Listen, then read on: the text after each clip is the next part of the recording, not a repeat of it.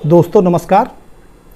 दोस्तों आज का विषय है कि जमानत देते समय या जमानत प्रार्थना पत्र पर आर्गूमेंट करते समय हमें किन बातों पर विशेष ध्यान देना चाहिए, माने माननीय न्यायालय का ध्यान किस तरफ आकर्षित कराना चाहिए कि हमें बेल आसानी से मिल जाए।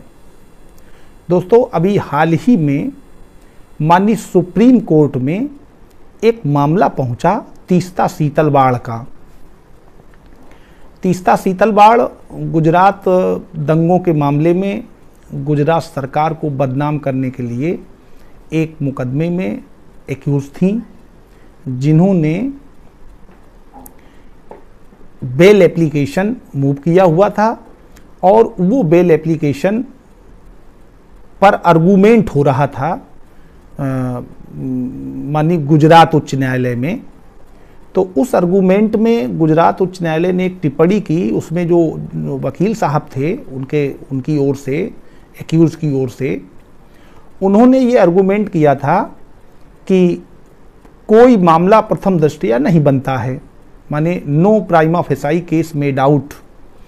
तो वहाँ पर जो स्टेट की तरफ से काउंसिल थे, उनका कहना था कि आप जब ये कह रहे हैं कि कोई मामला नहीं बनता है, कोई prima facie case made out नहीं होता है, तो ये आप नहीं कह सकते, चूंकि आप 482 सीआरपीसी के अंतर्गत इस मामले को सेट असाइड या क्वेश कराने के लिए माननीय उच्च न्यायालय नहीं गए।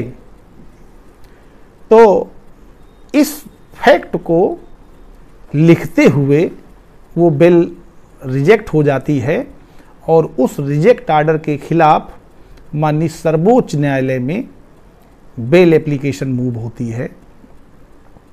तो उसको डिसाइड करते समय माननीय उच्चतम न्यायालय ने कुछ गाइडलाइंस जारी की और जिसमें उन्होंने ये कहा है, इससे पहले भी और कई जजमेंट हैं जिनमें ये कहा जा चुका है, लेकिन ये लेटेस्ट जजमेंट है, लेटेस्ट मामला है, इसलिए इस चर्चा में है। उसमें माननीय सर्वोच्च न्यायालय ने कहा है कि बेल देते समय ये देख लेना चाहिए कि क्या कोई प्रथम दृष्टया मामला बनता है या नहीं बनता है। दूसरा, जो एक्यूज्ड है वो साक्ष्य के साथ छेड़छाड़ तो नहीं कर सकता और गवाहों को धमकी तो नहीं दे सकता है या नहीं देगा या नहीं दे सकता है, इसका कंफर्मेशन हो जाना आवश्यक है।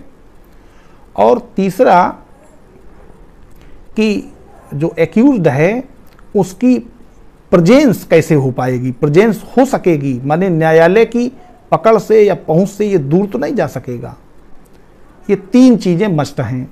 अगर ये तीन पूरी हो रही हैं, कोई प्राइमा फेसाई केस में डाउट नहीं हो रहा है, साक्ष्य और साक्षियों से छेड़छाड़ की बात नहीं सामने आ रही है, धमकी नहीं दे सकता और वो बांड कर रहा है कि मैं टाइमली आता रहूँगा और उसके भाग जाने की संभावना बहुत कम है, तो ऐसी स्थिति में जमानत दे देना चाहिए। तो दोस्तों इस मामले में बल्कि ये कहा भी कि जो गुजरात उच्च न्यायालय की टिप्पणी है वो विकृत और विरोधाभासी है। ऐसी टिप्पणी नहीं होनी चाहिए और अगर कोई व्यक्ति न्याय से भाग नहीं रहा है तो उसको जमानत दे देनी चाहिए। और यही कहते हुए गुजरात उच्च न्यायालय का जो आदेश था वो रिजेक्ट कर दिया और शीतला तीसलवाड़ को बेल ग्रांट कर दी, बेल प्रदान की है। तो दोस्तों ये लेटेस्ट जजमेंट था और इसलिए केवल इसको इसलिए बताया गया कि अगर ऐसा हो गया कि कोई व्यक्ति अगर 482 सीआरपीसी के अंतर्गत हाईकोर्ट नहीं जाता है और वो ये आर्गूमेंट करता है कि कोई प्राइमा फेसाई केस में डाउट नहीं हो रहा है, उसको इस बात का डिफेंस दिया जाएगा कि आप हाईकोर्ट नहीं गए तो आप आर्गूमेंट नहीं कर सकते हैं। तो ये बात तो ठीक नहीं होगी ना। अगर वास्तव में कोई प्राइमा फेसाई केस में डाउट नहीं होता है तो वो तो बेल एप्लीकेशन में कहा ही जाएगा, और अगर केस में डाउट नहीं होता है तो इसमें बेल दिए जाने के चांसेस पूरे रहते हैं। दोस्तों जो बात ठीक लगी, अच्छी थी, आप तक पहुंचाई। अगर आप हमारे चैनल पर नए हैं तो हमारे चैनल को सब्सक्राइब करें, हमारे वीडियो को लाइक करें और अपने दोस्तों के साथ शेयर करें। नमस्कार।